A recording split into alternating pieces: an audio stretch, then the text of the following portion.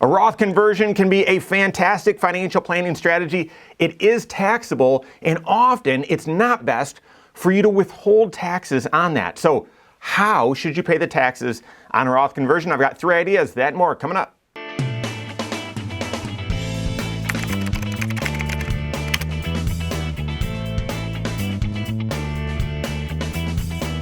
My name is Mike Bernard. I'm the host of the Wise Money Show. I'm also one of the certified financial planners right here at Korhorn Financial Group. Make sure you hit that subscribe button and turn on notifications and smash that thumbs up button. Love the Roth conversion. Doing a lot of tax planning right now as I'm recording this. It's tax season, it's tax time, and we are doing lots of reviews as we're preparing returns for clients that we serve of tax strategies that we implemented last year. Hey, how'd they turn out? Did it work exactly the way we thought? And just recently was a review and a tax return for a client meeting that I've got coming up where we did a Roth conversion last year and we didn't withhold any taxes and it worked out perfect. It was exactly what we wanted. Now, we've got to figure out, we already have a plan for paying the taxes, but we didn't withhold. And it just got me thinking again, so many people are tuned in and now aware of this Roth conversion approach and financial planning strategy.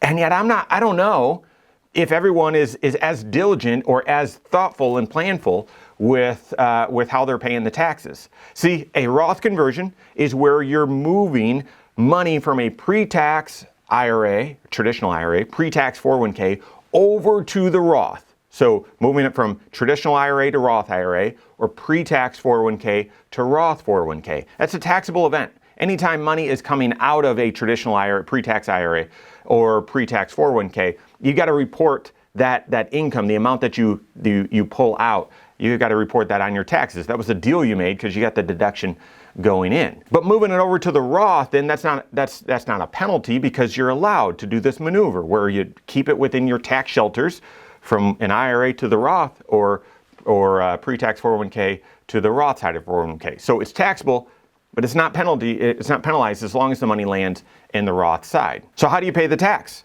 You are allowed to withhold taxes on that. If you're in the 22% tax bracket, you can just withhold 22%. But there's 2 very critical problems with that, and that's why you need to have a more planful approach, okay? The primary problem is the goal of doing a Roth conversion is let's get as much of your money growing tax-free as possible. And let's just easy math. If you do a Roth conversion of 10 grand and you withhold 20%, now you only have 8 grand that lands in the Roth IRA. You pay tax on 10, but only 8 is in the Roth growing tax-free for your financial life.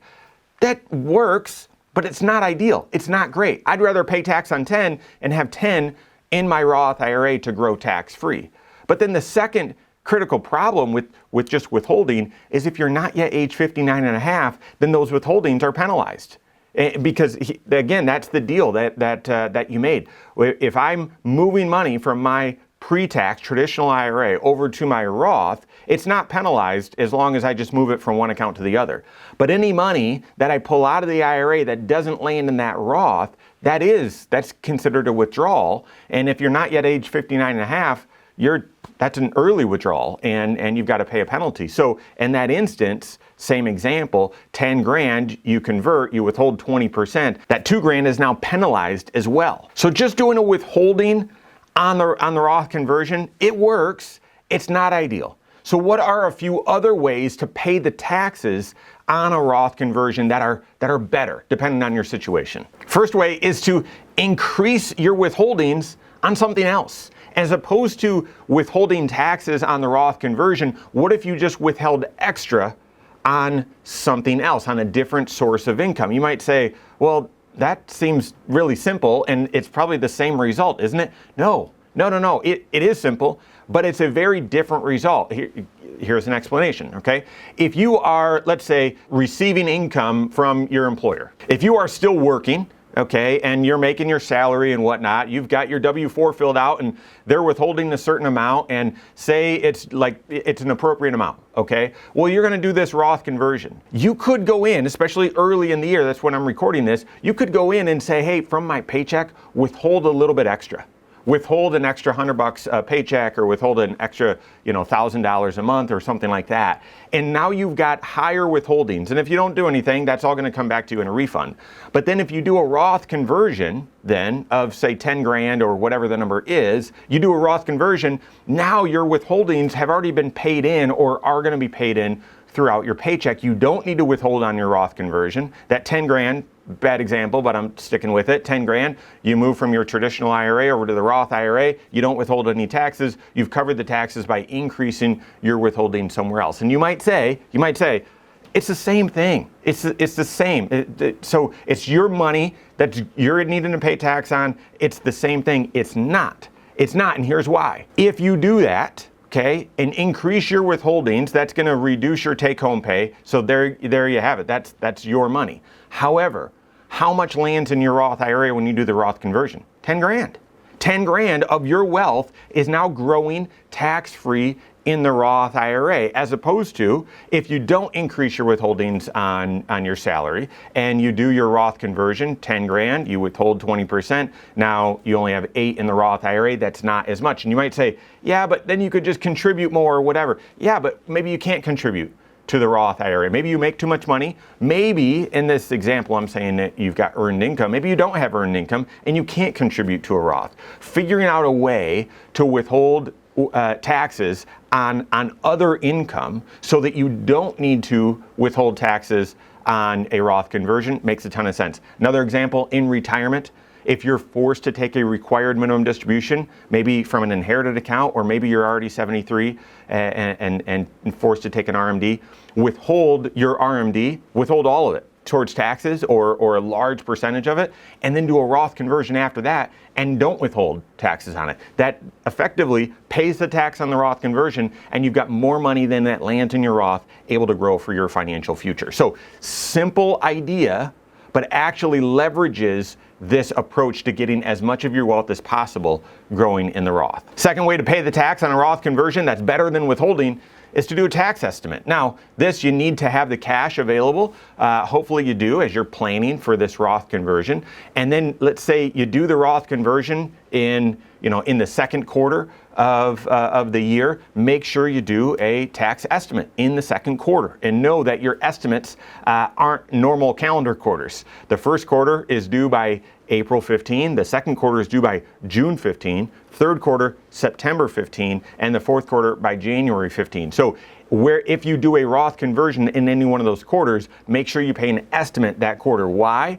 Because if you're not withholding enough taxes, then you've got to be paying quarterly estimates in the quarter that the income is earned or created. And therefore, to avoid a penalty and make sure that you're paying in the right amount, align your tax estimate with the Roth conversion. Do that a lot for folks that are younger than 59 and a half, but that are retired and maybe are living off of some cash that they've accumulated or something like that, and therefore in a pretty low tax bracket. We want to do a Roth conversion in a low tax bracket, but we don't want to withhold because they're not yet 59 and a half. We do a Roth conversion in a set quarter, calculate the tax, have them pay an estimate during that quarter as well. That covers the tax, maximizes the amount in the Roth IRA, growing tax-free for them, and no penalty because we didn't withhold on the Roth conversion. And then finally, a final way to pay the taxes on your Roth conversion is just use your tax refund.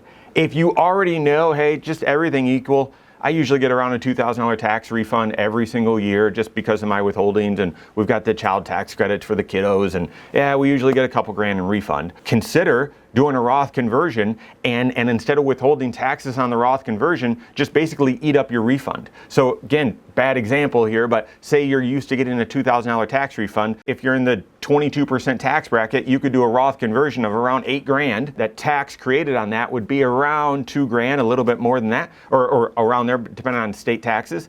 And that would basically eat up your refund. But you don't need to withhold anything. You've got 8 grand that moved from your traditional pre-tax IRA to the Roth side. You used up your refund, but now you've got more dollars in the Roth, growing tax-free, and no penalty on the withholding. So get creative with your tax payments, your tax withholdings, your tax estimates for a Roth conversion. 1, consider whether the Roth conversion makes sense for you, and if so, how much. 2, don't ignore the planning implications of paying the taxes on that Roth conversion. Can make a lot of difference over the long run. Work with your CFP on that. If you don't have a CFP on your team, you can contact one on my team. Find us online, Korhorn.com. That's Korhorn with K. WiseMoneyShow.com. You can find us there as well, or give us a call, 574-247-5898. All right, there you have it. Go out and take your next wise step in your financial life.